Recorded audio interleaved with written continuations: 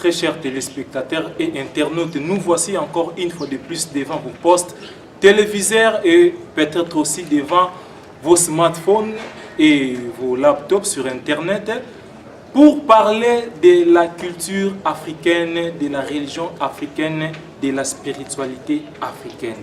Alors pour aujourd'hui, nous avons fait appel à un ami, un frère qui est de la religion africaine avec qui nous allons parler, nous allons partager aujourd'hui. Alors, je m'en vais pour lui saluer. Bonjour, monsieur Bouache. Bonjour, monsieur le journaliste. Bonjour, mes très chers téléspectateurs et internautes. Bonjour, tout le monde. Bonjour tout le monde, comme vous pouvez constater, notre invité, il est là. C'est aussi l'un des combattants de la liberté africaine. Monsieur Bouachi, vous êtes aussi de la religion africaine, communément appelée Vuvamou ici au Congo. Vous combattez pour la liberté africaine. Mais vous, précisément, vous êtes penché du côté de la science, de la médecine. Alors, nous aimerions savoir qu'est-ce que vous voulez exactement nous dire. Merci beaucoup, monsieur le journaliste. Ce que nous voulons dire à tout le monde, c'est ce que les autres, il y a même les autres qui ont déjà dit ça. C'est ce que leur conscience à eux leur disent déjà, ce que nous allons dire. Nous voulons que les Noirs, plus précisément le peuple, donc les Noirs africains et les Noirs de partout dans le monde, puissent comprendre que il n'est pas une chose d'autres races, comme on l'a fait croire dans sa tête, dans ses pensées. C'est ça l'objectif de notre message. Si les autres regardent, si on voit que moi je suis jeune, oui, à vous voir aussi, vous êtes jeune, beau et aussi intelligent. Sauf que vous vous mêlez avec une religion de honte, comme c'est connu ici au pays. Ah, oui, c'est connu. C'est une religion de honte. Je ne suis pas la première personne à dire cela. Oui, c'est normal. C'est normal de dire que c'est une religion de honte parce que tellement qu'ils sont déjà formatés, donc leur mémoire est déjà formatée. Qui sont formatés? Oui, les Noirs, ils sont formatés par le système occidental imposé. Donc ils sont en train de raisonner en subordonné par rapport au système qu'on a implanté ici. Très bien, M. Bouache, vous parlez précisément de la médecine traditionnelle, de la médecine moderne. Pouvez-vous nous expliquer quelle différence faites-vous entre la médecine traditionnelle et la médecine moderne? Y a-t-il une différence entre les deux? Bien sûr que oui, il y a une très grande différence. La différence est celle-ci. La médecine traditionnelle, si moi je peux dire, je peux être clair, c'est la médecine, je peux appeler ça la médecine naturelle. La médecine naturelle? Oui, c'est que oui. Et ce que vous appelez médecine moderne, il faut préciser, médecine moderne par rapport à qui ou par rapport à quoi? Par rapport à la modernité, bien sûr, M. Bouache. Mais quelle modernité? Mais nous ne sommes pas modernisés. Donc, la médecine moderne, moi je peux appeler ça la médecine occidentale. Parce qu'en Inde, les Indiens ont leur médecine, qui est moderne chez eux, par rapport à leur évolution. Les Chinois ont leur médecine, qui est moderne chez eux, par rapport à leur évolution. Nous aussi, nous avons notre médecine, qui est moderne aussi. La médecine traditionnelle est moderne chez nous. Oui. La modernité dépend du milieu. On ne va pas dire, on ne va pas généraliser que cette médecine est la médecine moderne. Non. Si je vous comprends bien, c'est qu'il n'y a pas une différence entre les deux. Entre la médecine traditionnelle, comme on appelle ça ici, les tradipraticiens, et les médecins que nous trouvons dans des hôpitaux, la médecine moderne avec les matériels dernier cri que nous utilisons. Bon, le problème, c'est... le problème est basé sur quoi alors? Je peux un peu expliquer un peu là-bas. Nous sommes sous la colonisation. On a été colonisés en On a été esclavagisé, on a fait tout. On n'a pas été libre. Mais les techniques qu'on avait avant l'esclavagisme, ces techniques-là ont demeuré jusqu'à aujourd'hui. Chez eux, tellement qu'ils étaient libres, et jusqu'à maintenant, ils sont libres chez eux, les Occidentaux, et maintenant les Orientaux, les Chinois, les Japonais, les Coréens, les Indiens, ils sont libres chez eux, ils ont développé leur médecine par rapport à l'évolution, à leur évolution. Maintenant, nous allons prendre d'abord la même médecine là, ancestrale. Bon, la médecine est liée à notre état ou à notre nature. Ce que vous appelez communément la médecine naturelle d'après vous. Naturelle, j'ai bien appelé au début. Donc notre médecine, c'est la médecine naturelle. Pourquoi vous appelez ça médecine naturelle? Oui, c'est parce que c'est la médecine qu'on fait à partir des éléments naturels. Mais leur médecine, la médecine occidentale, moi je l'appelle la médecine occidentale. Donc la médecine occidentale en Afrique, je l'appelle artificielle. Expliquez-vous, M. Gouache. Ok, merci beaucoup. Comme vous demandez l'explication, je vais toujours expliquer. Notre médecine traditionnelle, j'appelle ça la médecine naturelle. Pourquoi? Parce que nos ancêtres ont compris que quand Dieu, le Très-Haut, nous a créés dans un environnement quelconque, par exemple nous sommes ici en Afrique, et que l'Afrique est trop riche sur toutes les dimensions. Mais comme l'Afrique est trop riche sur toutes les dimensions, donc les corps des peuples là qui vont se retrouver dans cette terre-là trop riche, c'est-à-dire les corps là, les constituants de ces corps-là, est trop riche aussi. Et comme Dieu les a créés comme ça, donc cette personne va vivre dans un environnement. C'est-à-dire, cet environnement sera considéré, lui il sera comme le roi de l'environnement, et cet environnement sera considéré comme les réserves de ravitaillement de cet être-là qui se trouve dans cet environnement. De cet être-là, c'est l'homme noir. Mais je crois que les gens, les téléspectateurs savent très bien qu'en esthétique, on avait étudié ça. La couleur noire, c'est la présence de toutes les couleurs. Ça donne la couleur noire. Et d'autres couleurs viennent, de l'ensemble de ça, ça donne les noirs. Donc les noirs, c'est un tout. Maintenant, en sachant cela, ils ont compris que non, pour chercher les problèmes, quand le corps de cet homme-là a un problème, il faut chercher les éléments qui se trouvent dans cet environnement-là, cet environnement est comme la provision de son corps. Là, maintenant, ils vont prendre les éléments de l'environnement, ils vont donner à cet homme pour renouveler le corps humain. C'est là maintenant qu'ils ont compris que toute la créature, toutes les créatures de cet environnement ont des vertus différentes par rapport aux besoins. C'est là maintenant qu'ils ont commencé à soigner les gens. Maintenant, qu'est-ce qu'on constaté dans, par exemple, les plantes? Moi, je peux parler des plantes. Ils ont compris que dans chaque plante, il y a ce qu'on appelle le principe actif. Ça, c'est une appellation scientifique. Le principe actif. Quand on dit le principe actif, c'est comme les hommes spirituels peuvent appeler ça esprit de la plante. Maintenant, c'est cette vie-là, le principe actif est là, qui agit dans les corps. Parce que l'homme aussi a son principe actif. Si le principe actif de l'homme est dans les besoins, dans ce qu'on appelle les carences ou l'insuffisance quelque part, il faut renouveler à partir des principes actifs qui se trouvent dans la nature. C'est pourquoi si quelqu'un a les problèmes par exemple de fièvre, il peut prendre quoi? Il peut prendre une certaine plante, je ne peux pas dire, une certaine plante, il utilise ça et la fièvre part. Les maux de tête, il prend une plante comme ça.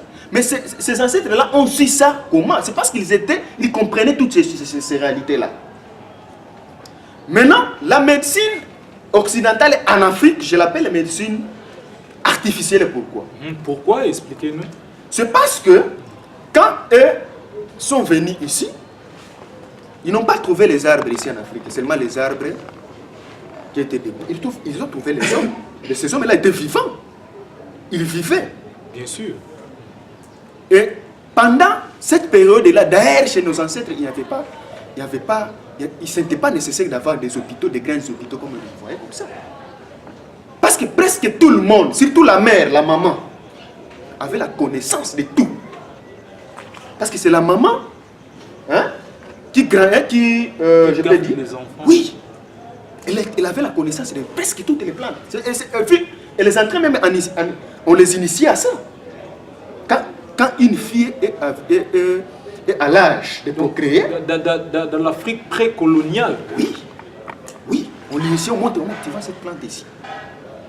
Si l'enfant sent comme ça, tu lui donnes ça, ça va faire ceci. Donc, ils savaient. Les femmes savaient. C'est la raison pour laquelle il n'y avait pas des centres.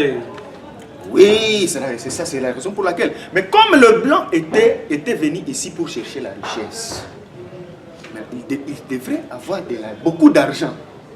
Mais pour avoir beaucoup d'argent, il faut faire quoi? Il faut fomenter d'abord toute la connaissance qui était dans l'homme noir. Pour inculquer une autre connaissance. Cette connaissance-là sera artificielle par rapport à l'homme noir.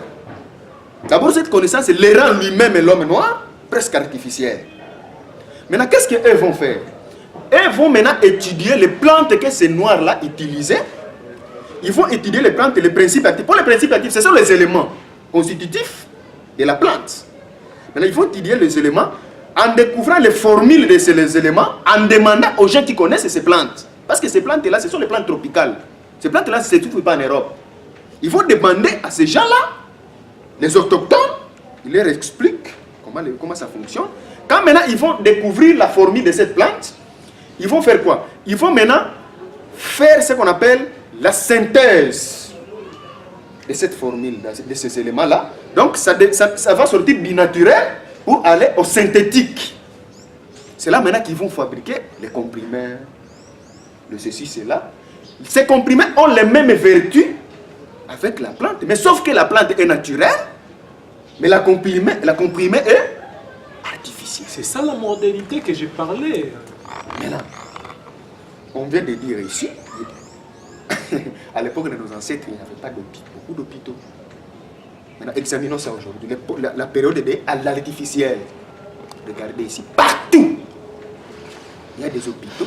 Et puis, comme c'est quelque chose qui tue, eux-mêmes savent ça. Ils savent. C'est pourquoi ils ont prévu de mettre les morgues partout. Mais même dans l'Afrique précoloniale, la mort est naturelle partout dans le monde. Bien sûr que oui, la mort est naturelle. Oui. La mort est très naturelle. Partout dans le monde.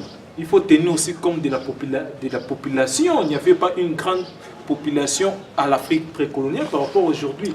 Plus vous êtes nombreux, plus il y a aussi le taux de mortalité qui s'accroît. Et c'est normal que nous ayons plusieurs morts aujourd'hui. C'est normal, M. Bois. Merci. Ce n'est pas un problème de la médecine moderne que vous appelez médecine artificielle, selon vous. Mais je vais vous donner une preuve à l'appui. Aujourd'hui, il y a un peuple qu'on appelle, eux appellent ça les pygmées.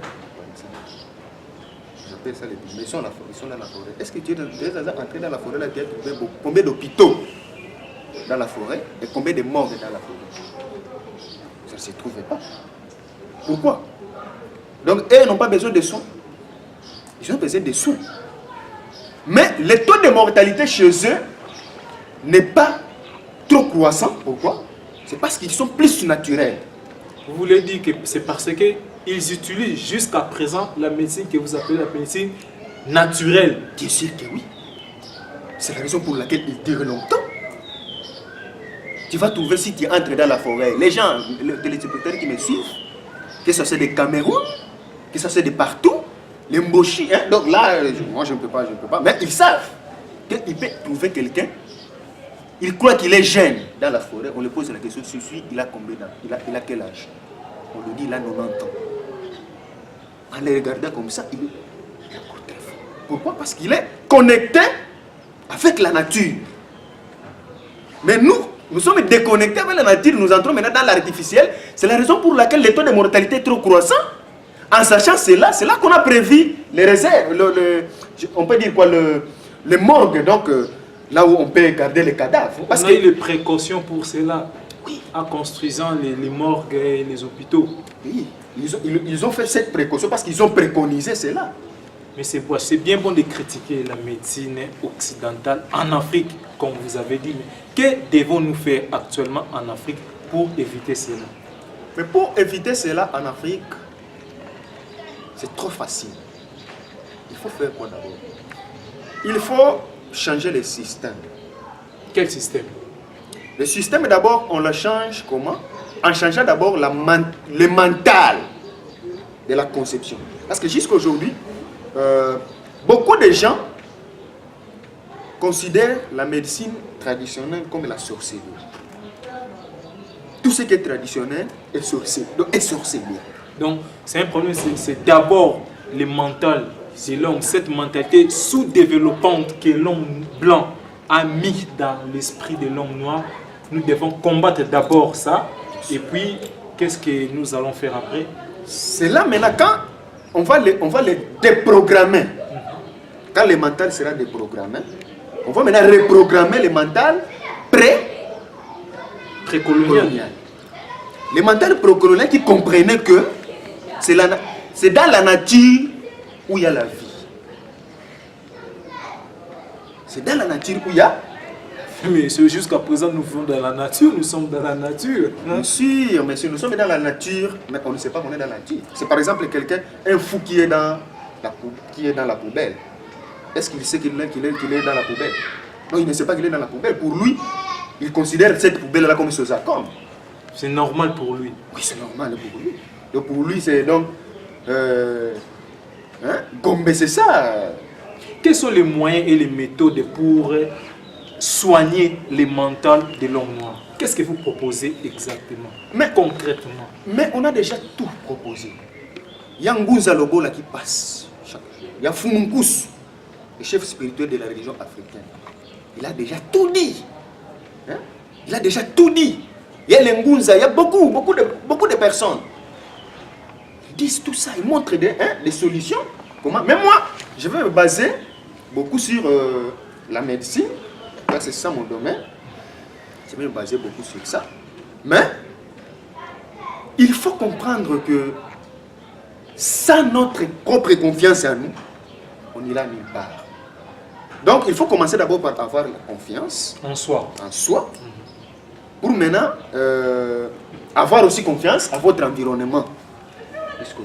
Parce que le premier médicament de l'homme, c'est la... Mais pourquoi on mange d'abord? Pourquoi on mange? Pour être à bonne santé, c'est que nous tous nous connaissons. En bonne santé? Oui, en équilibre. Donc c'est pour éviter de mourir. On ne peut pas éviter de mourir quand même, mais c'est quoi? La mort est naturelle. La mort est naturelle, mais on ne meurt pas. Donc les morts subites ne sont pas... Est-ce que les morts subites sont naturelles? Alors les morts précipitées ne sont pas naturelles, même si la mort est naturelle. Mais il y a ce qui est normal aussi dans ça. Le taux de mortalité, ce n'est pas normal. Est-ce que le taux de la mortalité de l'Afrique et le taux de mortalité de l'Europe, est-ce que c'est la même chose? Même de la Chine, c'est la même chose. Ce n'est pas la même chose. Très bien, M. Bouachi, là, nous chutons déjà, vous savez, la télé, c'est aussi le temps. Et nous sommes déjà à la fin de notre émission d'aujourd'hui. Alors, quel est votre message clé que vous pouvez dire à la jeunesse africaine, à l'homme noir? Merci beaucoup, messieurs les journalistes. Je m'adresse à la jeunesse africaine et à l'homme noir de partout dans le monde. Mon message de conclusion, je pense, est que nous devons comprendre que nous sommes d'abord les êtres humains. Nous sommes les humains qui doivent vivre en tant que, qui doivent réfléchir en tant que, qui doivent raisonner en tant que. C'est pourquoi je peux aussi m'adresser à nos chers professeurs de l'université. Dans le domaine de la santé, je sais qu'ils sont très intelligents. Ils sont des savants, ce sont nos savants. Ils sont des génies. Mais ce qui les trahit, c'est le système. Donc je vais leur demander à eux, pour qu'ils puissent d'abord combattre ces systèmes-là. Puisqu'on puisse, dans le naturel. Même en Europe, parce qu'eux, ils partent en Europe souvent, en Europe, ils sont déjà rentrés dans le naturel. Les bio, quand on parle de bio, hein, manger bio, se soigner bio, cela veut dire quoi? Donc ils sont rentrés dans le naturel. Donc, comme vous êtes dans les commandes, nous allons vous demander de faciliter la tâche. Les Noirs sont vos frères. Et tous mes chers jeunes comme moi, je vais vous demander de mettre de côté d'abord les sentiments là inutiles, hein, de se déconsidérer pour considérer les autres comme supérieurs à soi. Vous êtes capable de faire tout ce que les autres sont en train de faire. Tout comme moi, je suis capable. D'ailleurs, je vais vous donner un petit cadeau. Un petit cadeau. Rapidement, parce que nous citons des gens. Merci beaucoup. Si, par exemple, vous avez les problèmes des yeux, c'est flou comme ça, allez seulement prendre les oignons rouges. Vous connaissez les oignons rouges, je crois que tout le monde sait. Et les mbila, donc les palmes. Hein? Les noix de palme.